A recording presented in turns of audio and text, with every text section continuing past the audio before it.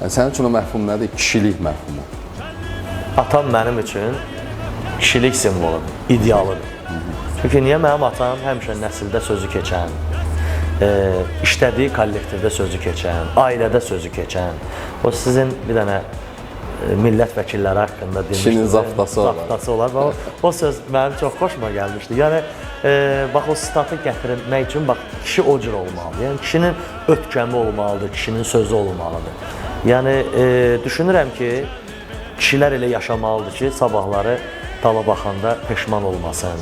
Yəni, addım atanda 1000 dəfə fikirləşməlidir. Kişinin vicdanı olmalıdır. Əgər bir kişinin içində vicdan yoxdursa, heç o kişi deyil.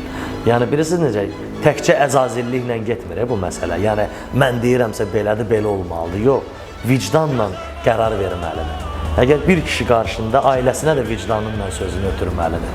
Yəni, o demək deyir ki, mən kişiyəm, mən deyirəmsə budur, mənim ailəm bunu etməlidir. Yox, sən düz deyirsənmi o məsələni? Bəlkə sən heç doğru fikirləşmirsən. Bəlkə sən yəni, o sözü deyəndə onu da qarşı tərəfdən düşünməlisən ki, onun tərəfindən baxmalısan ki, bu ona əzab verir, yoxsa düzdür.